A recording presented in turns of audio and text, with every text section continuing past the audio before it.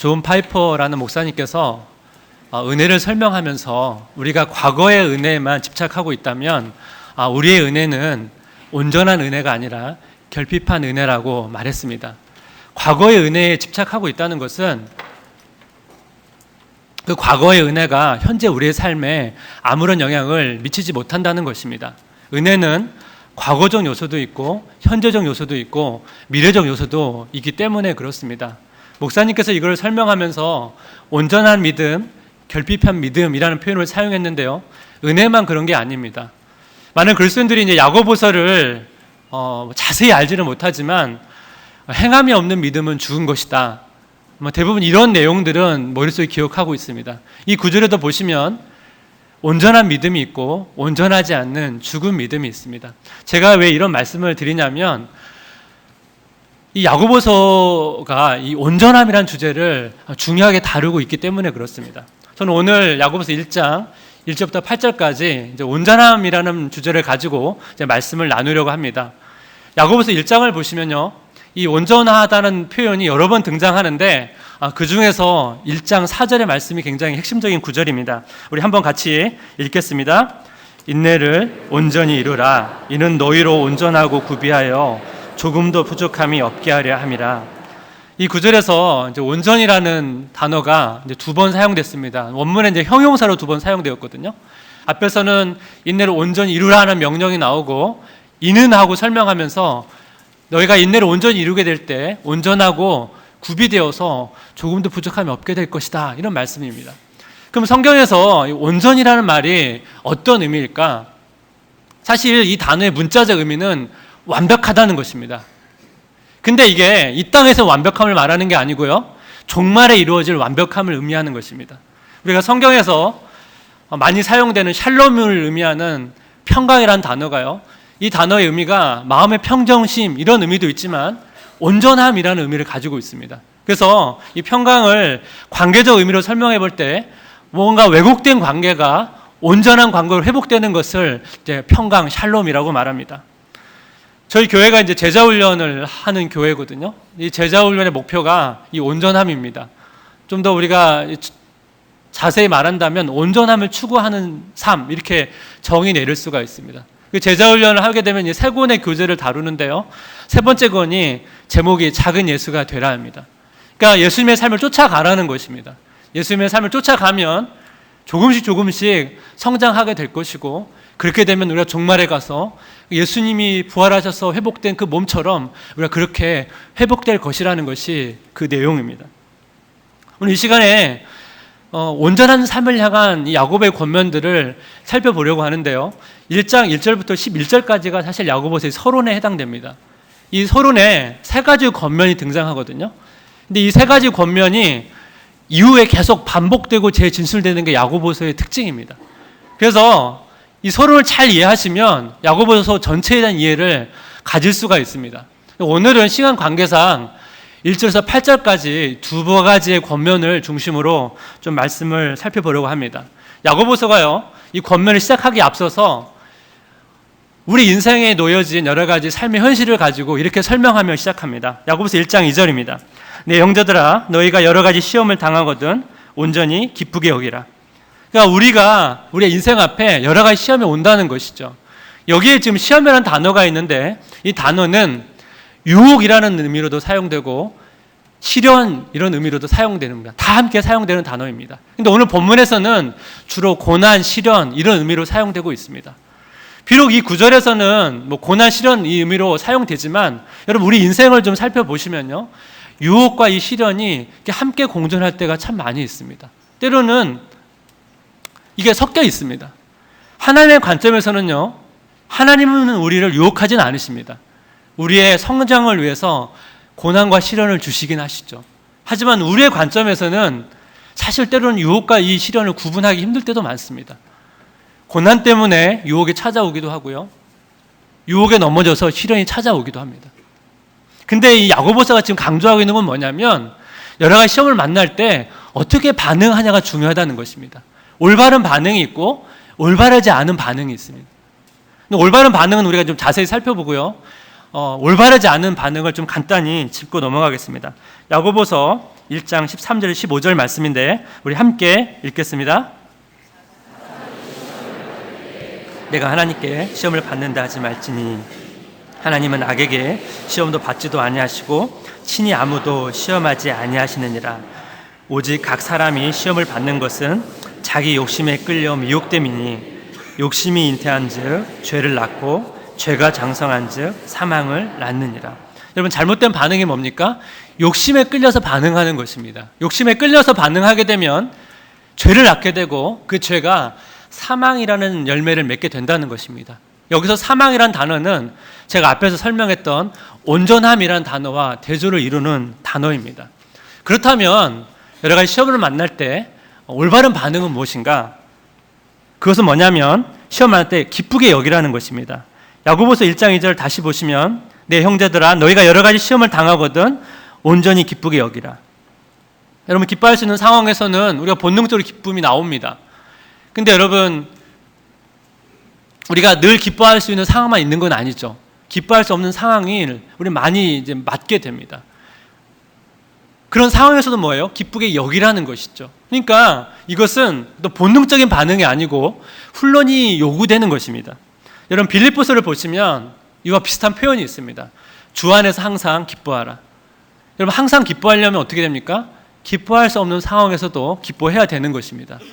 주 안에서 얘기했으니까요. 이 기쁨이라는 것은 어떤 상황과 환경에서 오는 기쁨이 아니고 주님 안에서 오는 기쁨을 말하는 것입니다. 그러니까 사실 지금 빌립보서에서 주 안에서 항상 기뻐하라, 또 야고보에서 기쁘게 여기라, 이거 사실 같은 이야기를 하고 있는 것입니다. 야고보서는 지금 고난과 시련을 전제로 하고 있기 때문에 기쁘게 여기라고 이렇게 표현한 것이죠.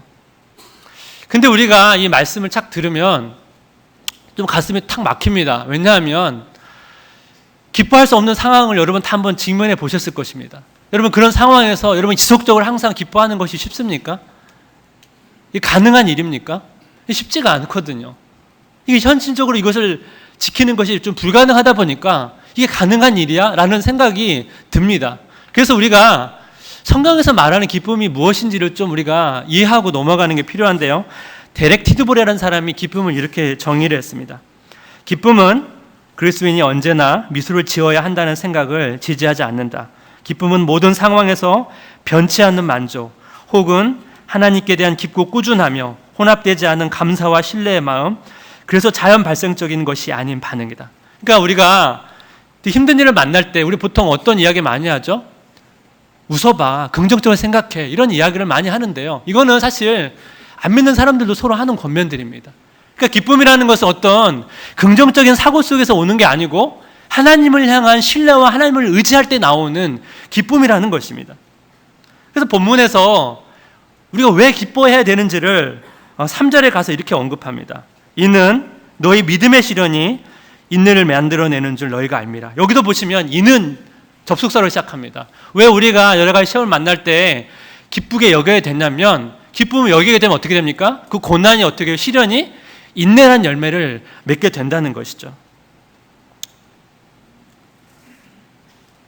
사실 우리가 여러 시험을 만날 때 기뻐하지 못하게 되면 주로 우리는 어떤 반응이 나오냐면 원망이 많이 나옵니다. 불평이 나옵니다. 또 뭐예요?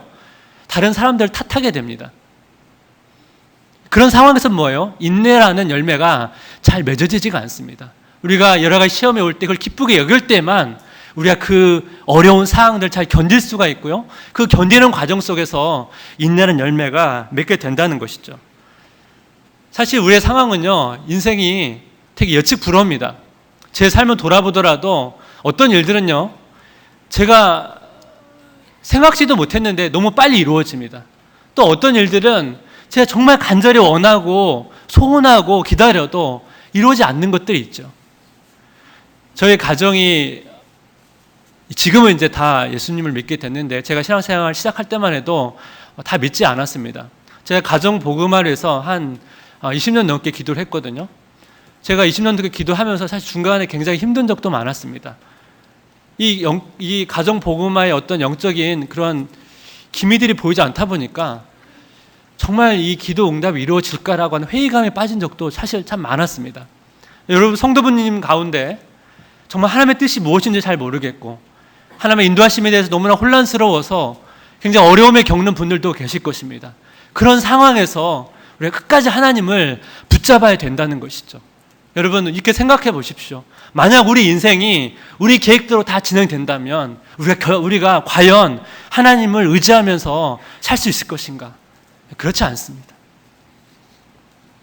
오늘 본문에서 이 시련이 인내를 만들어낸다고 하면서 덧붙여서 하는 중요한 명령의 4절입니다. 우리 앞에서 한번 이 말씀을 읽었는데요. 4절, 인내를 온전히 이루라. 이는 너희로 온전하고 구비하여 조금도 부족함이 없게 하려 함이라.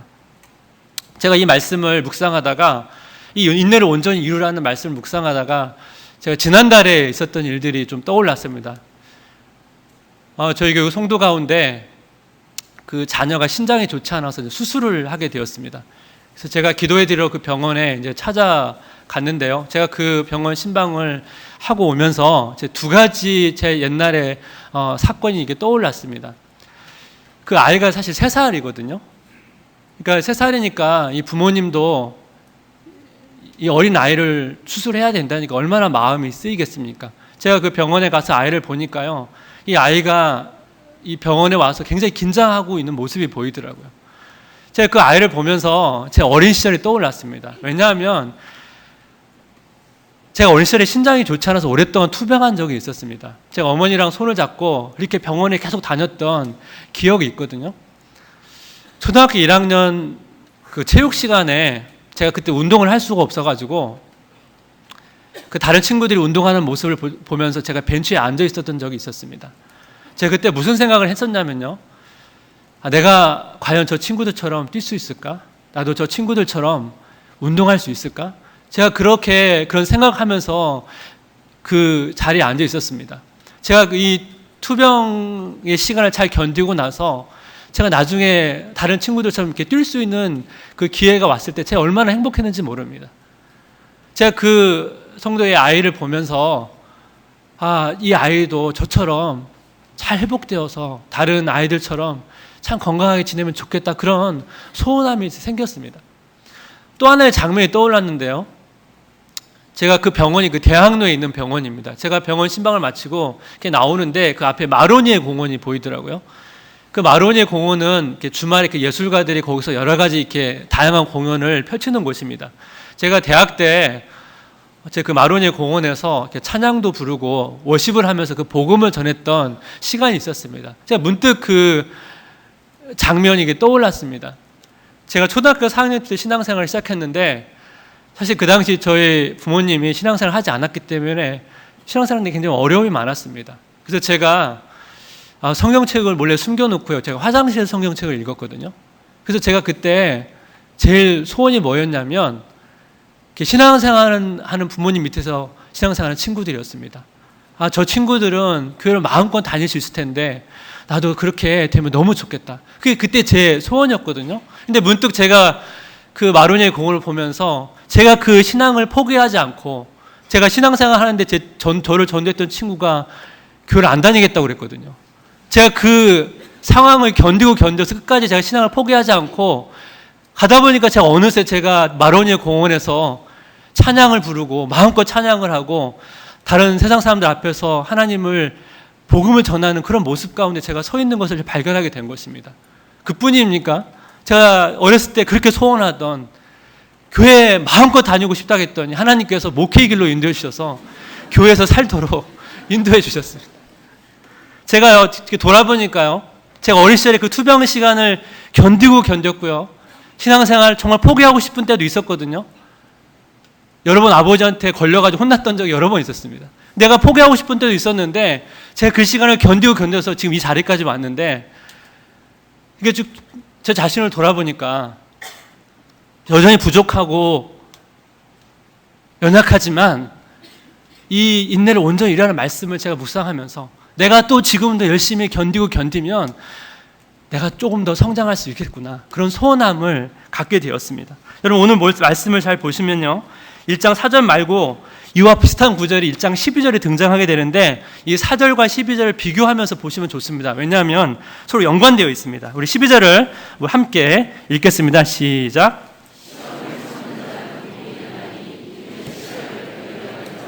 주께서 자기를 사랑한 자들에게 약속하신 생명의 면류관을 얻을 것이기 때문이라. 1장 4절에서는 인내를 온전히 이루라. 그리하면 뭐예요? 온전하고 구비하여 부족함이 없을 것이다. 12절은 뭡니까? 시험을 참고 견뎌라. 그러면 너희에게 뭐예요? 생명의 면류관을 주실 것이다. 그럼 생명의 면류관이 뭔가? 요즘에 지금 올림픽 기간입니다.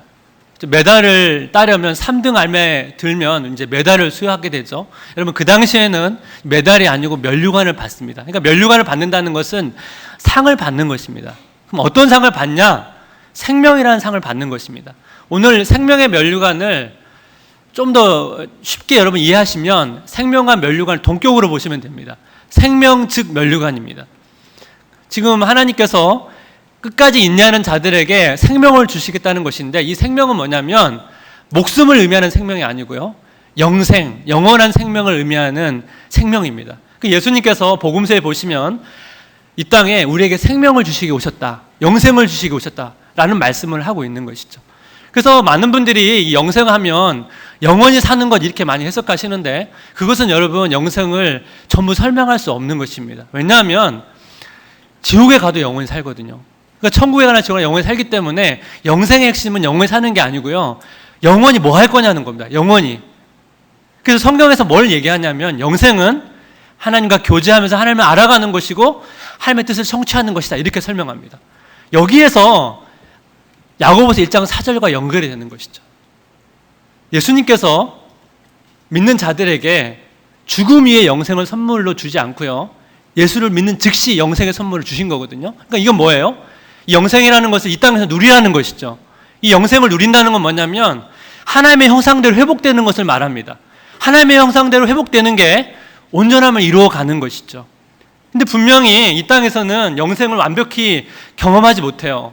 지금 내가 경험하고 있는 영생과 죽음 이후의 영생은 여러 가지 깊이나 기쁨에 있어서 차이가 있습니다. 그러니까 신앙생활이라는 건 뭐냐면 이 간격을 줄여가는 것이고, 이 간격을 줄여가는 것이 이 야고보서에서 말하는 온전한 삶을 추구하는 것입니다. 여러분, 이런 생각 한번 해보십시오. 어떤 교회 다니는 한 성도가 있습니다. 이 성도는 영생의 기쁨을 잘 몰라요. 근데 이 성도가 죽었을 때 제가 얘기했죠. 죽으면 영생의 기쁨이 극대화된다고. 이 땅에서 영생의 기쁨을 못 났는데 죽어서 여러분 영생의 기쁨이 뭔지를 알 수 있을까요? 여기에는 심각한 신앙적 고민이 필요하다는 것입니다. 그래서 야고보는 행함이 없는 믿음은 죽은 것이다, 이 얘기를 하는 것은 뭐냐면 그런 부분에서 우리가 정말로 이 땅에서 이 영생의 기쁨을 맛보고 그리고 그 온전함을 소망하고 있는지에 대해서 점검할 필요성이 있다는 것을 얘기하고 있는 것입니다. 이 온전한 희망의 삶, 두 번째로 여러 가지 시험을 만날 때 지혜를 구하라는 것입니다. 야고보서 1장 5절을 한번 같이 읽겠습니다. 너희 중에 누구든지 지혜가 부족하거든 모든 사람에게 후히 주시고 꾸짖지 아니하시는 하나님께 구하라. 그리하면 주시리라. 왜 지혜인가? 여러분, 일상에서 뭐 일을 하거나 뭐 자녀를 양육하거나 또 여러 가지 교회를 섬길 때 이 지혜가 굉장히 많이 필요합니다. 또 하물며 여러 가지 시험을 만나고 있는 상황이라면 이 지혜는 더 절실히 필요하죠. 사실 그보다 더 중요한 게 있는데요, 하나님께서 원하시는 온전한 삶을 가기 위해서는 이 지혜가 더 필요하다는 것입니다. 구약에 보면 여러 가지 지혜 인물이 등장하는데요, 다니엘이 있습니다. 이 다니엘은 이방 땅에서 바벨론과 페르시아의 지배 속에서 온갖 그 모함과 시기 속에서 온전함을 지켰던 인물입니다. 근데 여러분, 다니엘서가 말하고 싶은 내용이 뭐냐면 다니엘이 이 지혜 때문에 성공했다는 게 메시지가 아니고요, 다니엘이 하나님의 지혜로 하나님 앞에 거룩한 삶, 온전한 삶을 지켰다는 게 그 다니엘서의 핵심입니다. 그래서 여러분, 다니엘과 세 친구가 죽음의 위협 앞에서 어떻게 반응합니까? 타협하지 않습니다. 죽어도 괜찮다고 고백합니다. 두 사람이, 그 다니엘과 그 친구들이 성공이라는 목표를 했다면 그런 결정을 하지 않죠. 그래서 사실 여러분, 이 온전한 삶이 가져다는 그 열매가 때로는 명예와 부를 가져올 수도 있고요, 때로는 가난과 죽음을 가져올 수도 있습니다. 이것은 하나님의 주권에 달린 영역입니다. 그러니까 다니엘서가 말하고 싶은 중요한 메시지는 하나님께서 뭐예요? 온 세상과 우리 인생을 통치하신다. 이것이 다니엘서가 말하고 있는 중요한 메시지입니다. 근데 오늘 여러분 본문을 잘 보시면 우리가 이 지혜를 얻기 위해서 먼저 하나님에 대한 올바른 이해가 필요합니다. 그 뭐냐면 하나님은 후히 주시는 분이시라는 것입니다. 야고보서 1장 5절을 다시 한번 보겠습니다. 너희 중에 누구든지 지혜가 부족하거든 모든 사람에게 후히 주시고 꾸짖지 아니하시는 하나님께 구하라. 그리하면 주시리라. 여러분, 이제 후히라는 단어를 들으면 여러분 어떤 생각이 떠오르십니까?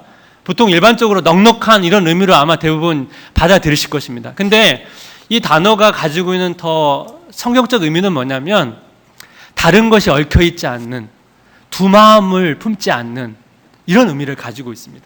그러니까 하나님께서 뭐예요? 우리에게 정말로 좋은 것을 주시기를 원하시고 우리 향해서 뭐예요? 집중하고 있다는 것입니다. 마치 이 세상에 나 혼자 존재하는 것처럼 하나님은 우리를 지켜보신다는 것이죠. 그래서 야고보서 1장 10절을 보시면 비슷한 표현이 등장합니다. 온갖 좋은 은사와 온전한 선물이 다 위로부터 빛들의 아버지께로부터 내려오나니 그는 변함도 없으시고 회전하는 그림자도 없으시다. 하나님 아버지께서 정말 우리에게 좋은 걸 주시기를 원하시고 하나님은 변덕스러운 분이시 아니시고 늘 변함 없으신 선하신 분이시라는 것을 오늘 본문에서 강조하고 있습니다. 제가 그 자녀를 양육할 때마다 때론 제가 정말로 자녀에게 좋은 것을 주었다고 생각하는데 어떤 때는 그 좋은 것이 자녀에게 유익이 되지 않을 때도 있고요. 또 어떤 때는 정말 이 아이에게 유익한 게 무엇인지 사실 잘 모를 때도 많습니다. 그리고 때로는 내가 좋은 것이 뭔지 알고 있어도 내가 그것을 줄 수 있는 능력이 없다는 것을 뼈저리게 느낄 때가 참 많이 있습니다. 그러나 여러분, 하나님은 그렇지 않으시죠. 하나님은 우리에게 정말 좋은 것이 무엇인지 알고 계시고요. 또는 하나님은 능력도 가지고 계시고요. 또한 우리를 주실 때 하나님은 고민하고 갈등하지 않습니다. 주시지 않을 때도 하나님은 왜 안 주셔야 되는 분명한 이유를 가지고 있고요. 언제 주셔야 되는지를 확실히 알고 있죠. 우리가 믿고 있는 그런 하나님이라는 사실들을 우리가 기억해야 된다는 것입니다. 오늘 말씀으로 본다면 하나님 뭐예요? 후히 주시는 분이시죠. 우리를 향해 두 마음 품지 않고 계시죠. 겉으로는 되게 잘해주시는 척 하시다가 갑자기 뒤통수 치면서 그런 분이 아니시라는 것을 우리는 기억해야 된다는 것입니다.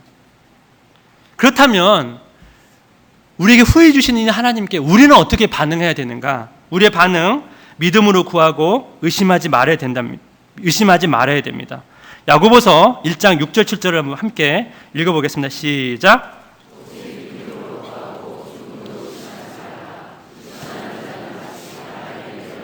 바닷물 것 같으니 이는 사람은 무엇이든지 주께 얻기를 생각하지 말라. 여기 말씀을 보시면 앞에 믿음으로 구하고 의심하지 말라고 말하는데 여기 의심하다는 단어 굉장히 중요한 단어입니다. 왜냐하면 이 단어는 제가 조금 전에 앞에 설명드렸던 하나님의 성품, 후히 주시는 하나님과 대조되는 단어입니다. 우리가 보통 의심하다 하면 일반적인 사정적 의미가 뭐냐면 확실히 알지 못해서 믿지 못하는 것, 이게 의심하다는 단어인데요. 이 단어가 가지고 있는 원래 성경적 의미는 뭐냐면 두 마음을 품고 있어서 결정하지 못하는 것을 말합니다. 두 마음을 품고 있어서 결정하지 못하는 상태를 말하는 것입니다. 다른 말로 말한다면 하나님과 세상 사이에서 결정하지 못하는 것을 이제 의심한다는 단어로 설명해 볼 수가 있습니다. 그럼 앞에서 제가 설명드렸던 후이라는 단어가 무슨 뜻입니까? 다른 것이 얽혀있지 않는, 두 마음을 품지 않는. 의심하다는 단어는 뭐예요? 두 마음을 품고 있어서 결정하지 못하는. 이 단어가 지금 서로 대비를 이루고 있는 것이죠. 그래서 의심한다는 게 뭐냐면 하나님은 우리를 향해서 정말 좋은 것을 주고 싶어서 우리에게 집중하고 있는데 너희는 왜 하나님과 세상 속에서 결정하지 못하냐, 이런 얘기입니다. 왜 하나님만을 신뢰하지 못하냐, 이런 얘기를 하고 있는 것이죠. 여러분, 이 구절을 보시면 믿음으로 구하고 의심하지 마라 이렇게 말씀하고 있거든요. 그 믿음이란 단어도 정리가 되죠.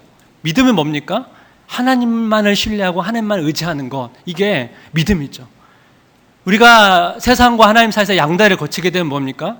우리가 하나님으로부터 좋은 것을 얻지 못한다는 것이죠. 지혜를 얻을 수 없다는 것이죠. 지혜를 얻지 못하면 어떻게 됩니까?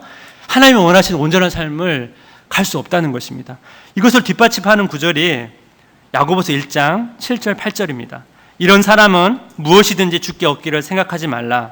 두 마음을 품어 모든 일에 정함이 없는 자로다. 두 마음을 품은 사람들은 주께 얻기를 생각하지 말라 이렇게 말합니다.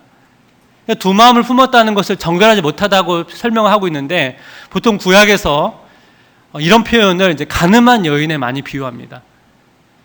하나님과 우상 앞에서 결정하지 못하는 그 이스라엘 백성들을 묘사할 때 사용된 표현이거든요. 그러니까 이 두 마음 품은 사람들에게는 하늘부터 좋은 것을 얻을 수가 없죠. 그것이 여러분 구약에 나와 있는 내용들입니다. 여러분 믿지 않는 사람들도요, 그 세상적인 지혜가 있습니다. 성경에서 우리가 지혜를 얘기할 때 이 지혜란 단어가 굉장히 포괄적인 단어입니다. 그래서 보통 우리가 뭐 손재주가 있다든지 노래를 잘한다든지 아니면 뭐 그림을 잘 그린다든지, 이게 다 이제 성경에서 지혜라는 단어에 다 들어가는 내용들이거든요. 그래서 여러분 세상 사람들도 그 세상적인 지혜 때문에 먹고 사는 거고요, 때로는 성공도 하는 것입니다. 근데 중요한 게 뭐가 있냐면 이 세상적인 지혜는요, 하나님이 원하시는 온전한 삶은 도달할 수 없습니다. 왜냐하면 이 온전한 삶은 세상적인 지혜로 이루어지는 게 아니고요, 영적인 지혜로 가능하다는 것입니다. 제가 지금까지 우리가 온전한 삶을 추구하는 과정 속에서 여러 가지 시험을 만나게 될 때 기쁘게 여기고 인내하면서 이제 지혜를 구하라는 말씀을 나눴는데요. 여기서 이제 마지막으로 좀 본질적인 질문을 좀 해야 됩니다. 야고보가 살았던 시대나 지금이나 다 모든 인간은 자기의 본능과 자기의 만족을 위해 사는 삶이거든요. 근데 어떻게 야고보는 이런 상황 속에서 이 온전함을 추구할 수 있었을까? 야고보가 갖게 된 그 동력은 무엇일까? 이런 질문들이 좀 필요합니다. 제가 이 질문을 가지고 묵상하다가 제가 그 1절에서 그 답을 발견했거든요. 그건 뭐냐면 야고보가 자기 자신에 대한 선명한 이해를 가지고 있었다는 것입니다. 성경에 야고보라는 이름이 여러 명 등장하거든요. 이 야고보서의 저자는 보통 예수님의 친동생으로 봅니다. 그러니까 야고보는 어렸을 때부터 예수님의 삶을 지켜본 사람입니다. 복음서를 보시면 야고보가 예수님이 자기 자신을 메시아하고 하나님의 아들이라고 말했을 때 야고보는 사실 받아들이지 않습니다. 나중에 가서 야고보가 예수님이 누군지를 알고 회심해서 나중에 되면 이제 야고보가 예루살렘 교회의 영적 지도자가 되거든요. 근데 오늘 여러분 1절을 한번 다시 한번 보겠습니다. 1절을 함께 같이 읽겠습니다. 시작. 하나님과 주 예수 그리스도의 종 야고보는 흩어져 있는 12지파에게 문안하노라. 오늘 편지 여러분 인사말을 보시면 야고보가 자기 자신을 가리켜 예수님의 동생 이렇게 설명하지 않고 종이라는 표현을 썼습니다. 종은 뭐냐면 노예라는 말입니다. 노예는 자기 생각대로 행동하는 사람이 아니고 주인이 시키신 대로 따라가는 사람입니다. 야고보는 지금 자기 자신을 자기는 예수님의 명령에만 따르는 사람입니다 라고 자기를 고백하고 있습니다. 야고보는 자기는 예수님께 사로잡힌 사람입니다 라고 고백하는 것입니다. 그는 예루살렘 교회의 영적인 지도자였지만 자기 자신을 낮추어서 그냥 동생 이렇게 해도 되잖아요. 근데 자기 자신을 뭐라고 말합니까? 노예라고 자기 정체성을 규정하고 있다는 것입니다. 그 톨스토이의 소설 가운데 안나 카레니나라는 소설이 있습니다. 여기 이 소설 가운데 여러 인물이 등장하는데 레빈이라고 하는 사람이 있습니다. 이 레빈이라는 사람은 그 시골의 넓은 땅을 가지고 있는 귀족이었습니다. 근데 이 사람이 그 당시 다른 귀족과는 달리 어떤 정치적 명예나 이 돈의 관심보다는 자기가 가지고 있는 그 넓은 땅을 잘 관리해서 잘 농사를 잘 짓고 싶은 그런 마음을 가지고 있었던 사람입니다. 근데 이 사람이요, 자기가 되게 좋아하는 여인이 있었는데 그 여인한테 사실 거절을 당합니다. 그래서 이스라엘인 마음을 가지고 이제 고향에 돌아와서 더 열심히 이제 농사일을 짓는데요. 근데 여러분 알다시피 이 땅이 넓다 보니까 이 굉장히 일이 많습니다. 그래서 자기가 집안일에 굉장히 관심을 쏟으면 일이 좀 돌아가고요. 잘 관심을 쏟지 않으면 일이 잘 진행되지 않습니다. 그래서 어느 날 이 땅이 넓으니까 풀이 너무 많이 자라서 종들한테 풀을 베라고 시켜놓고 자기도 이제 풀을 베겠다고 이제 얘기를 합니다. 그러니까 여러분 종들이 속으로 자기 주인 귀족이 자기랑 함께 풀을 베겠다고 하니까 얼마나 속으로 비웃었겠습니까? 그래서 그날 이제 일렬로 쭉 서가지고 이제 풀을 베기 시작하는데 이 레빈이 자기 종들의 뒤처지지 않기 위해서 굉장히 열심히 뵭니다. 근데 여러분 이 더운 여름에 해보지 않은 풀베기가 얼마나 힘들겠습니까? 허리도 아프고 굉장히 힘들죠. 근데 놀라운 것은 뭐냐면 이 일본 시간이 지나면서 그 풀베개에 몰두를 하는 것입니다. 제가 한 부분을 인용해 드리겠습니다. 레비는 그들 사이에서 풀을 베었다. 가장 더운 때였지만 풀베기가 그다지 힘들게 느껴지지 않았다. 온몸에 흐른 땀이 시원함을 느끼게 했고 등과 머리와 팔꿈치까지 걷어올린 팔에 쏟아지는 태양은 노동의 단단함과 끈기를 더해주는 듯했다. 무아의 순간이 점점 더 자주 찾아왔고 그럴 때면 자기가 무엇을 하고 있는지 아무런 생각도 나지 않았다. 낫이 저절로 풀을 뱄다. 행복한 순간이었다. 또 다른 한 부분을 인용하겠습니다. 레비는 풀을 벨수록 망각의 순간을 점점 자주 느끼게 되었다. 그럴 때는 손이 낫을 휘두르는 것이 아니라 낫이 끊임없이 스스로를 의식하는 생명으로 충만한 그의 몸을 움직이게 했으며 그가 일에 대해 아무런 생각을 하지 않아도 마치 마법에 걸린 듯 저절로 정확하고 시원스럽게 진행되었는데 이런 때가 제일 행복한 순간이었다. 여러분, 그 당시 이게 소설이긴 하지만요, 톨스토이가 이것을 자기가 그 이상적으로 꿈꾸면서 이 소설을 지었거든요. 여러분, 그 당시 귀족이라는 사람이 그 종들이 하는 풀베개를 하는 것이 여러분 쉬운 일이겠습니까? 자기가 낮고 낮아져서 종들이 하는 일들과 함께 하면서 그 힘든 일들을 지금 뭐예요? 기쁨의 순간으로 지금 바꿔놓고 있는 것입니다. 자기가 귀족이라는 직분을 다 벗어 던지고 종들과 함께 그 힘든 일 속에서 최고의 행복한 순간을 만들고 있는 내용이 이 내용입니다. 저는 이 내용을 이렇게 생각하면서 여러 생각이 좀 들었습니다. 아마 시골에 사셨던 분이나 군생활 하신 분들은 이 풀베기를 좀 해보신 경험이 있으실 것입니다. 저도 이제 군대에서 여름에 풀베기를 좀 많이 했거든요. 뭐 좋아서 하는 게 아니고 명령이니까 하는 거죠.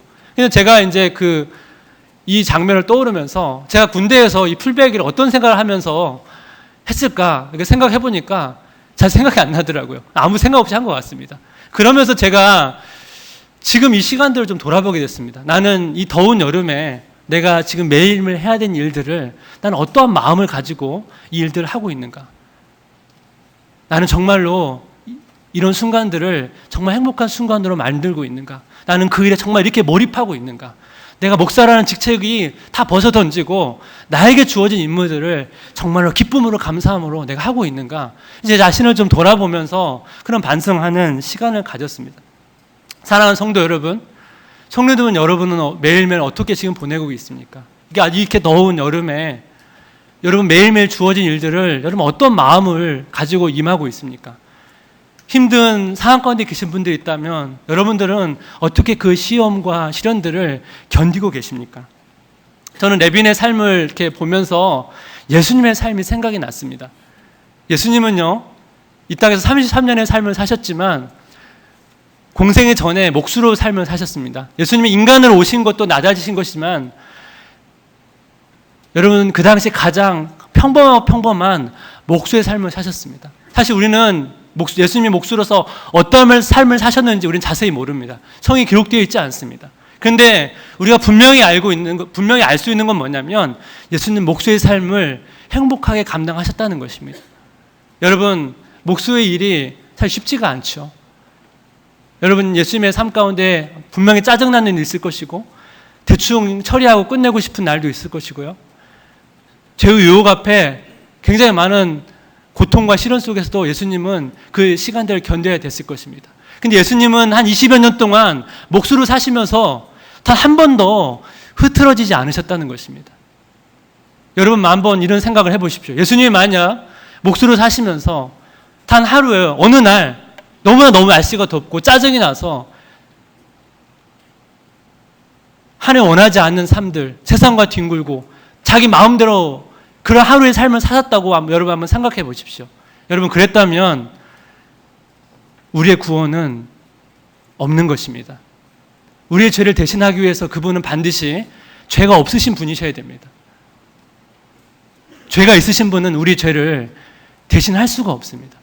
예수님은 공생 3년만을 온전한 삶을 사신 게 아닙니다. 목수의 20년의 삶을 사셨고 목수 전에 어린 시절에도 예수님은 온전한 삶을 사셨습니다.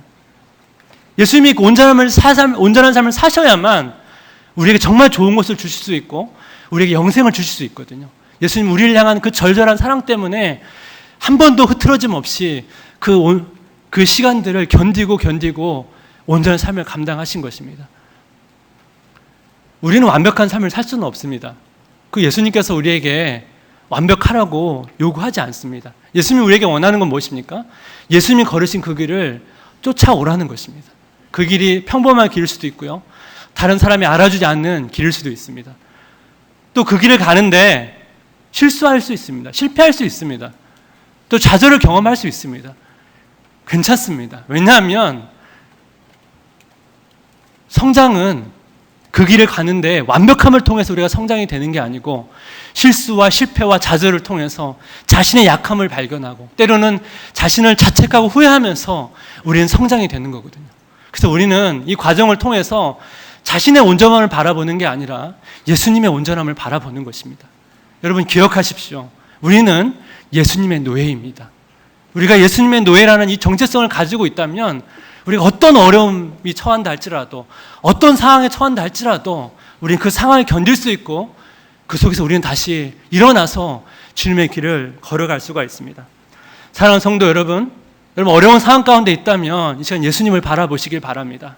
또 지혜를 구하십시오. 그리고 내가 예수님의 노예라는 생각을 여러분 잊지 마십시오. 우리가 이 정체성을 가지고 있다면 우리가 삶을 걸어가는데 하나님께서 하나님의 어떠한 분신을 우리에게 보여주실 것이고 우리가 얼마나 소중하고 가치 있는 존재인지를 우리를 통해서 보여주실 것입니다. 이 믿음 가지고 동행하는 한 주간 되시기를 주님의 이름으로 축복합니다. 우리 같이 오늘 말씀을 생각하면서 이 찬양이 좀 생각이 났습니다. 이 찬양의 가사를 좀 묵상하면서 우리 같이 찬양하겠습니다. 주는 완전합니다.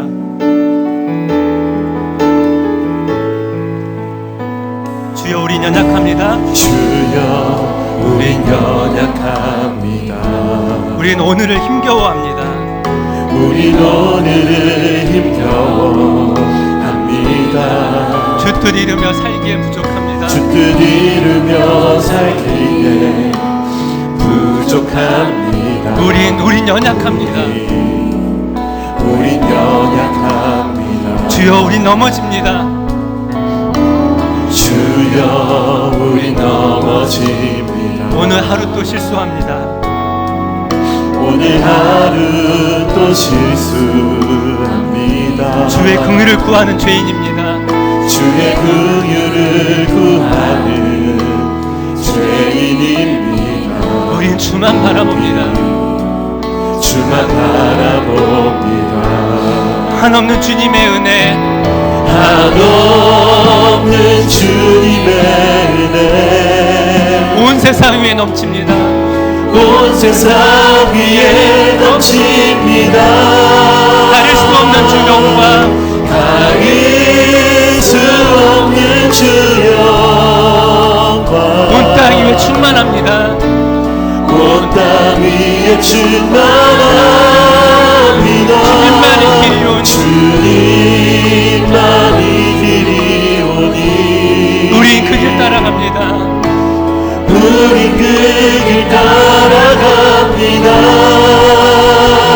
그날에 우리를 이루신 그날에 우리를 이루신 주는 완전합니다. 주는 완전합니다. 그래 다시 한번 한없는 주님의 은혜, 한없는 주님의 은혜 온 세상 위에 넘칩니다. 온 세상 위에 넘칩니다. 가릴 수 없는 주 영광, 가릴 수 없는 주 영광 온 땅 위에 충만합니다. 온 땅 위에 충만합니다. 주님만이 길이 오니 주님만이 길이 우린 그 길을 따라갑니다. 우린 그 길 따라갑니다. 그날에 우리를 이루신 그날에 우리를 이루신 주는 완전합니다. 주는 완전합니다. 이제 좀 기도하겠습니다. 성도님 가운데 이미 많은 고난을 지난 분도 계시고요, 그 시련 가운데 계신 분도 있고 또 앞으로 우리는 여러 가지 시험을 만나게 될 것입니다. 근데 중요한 것은요, 왜 시험을 만날 때 너무 문제 해결에 포커스를 맞추면 안 되는 것입니다. 어떤 시련은요, 우리가 평생 안고 가야 되는 시련도 있습니다. 문제 해결의 핵심이 아니고 그 시련 가운데 영안을 열고 하나님을 보는 것입니다. 나와 함께 하신 하나님을 보면 그 시련을 견딜 수가 있습니다.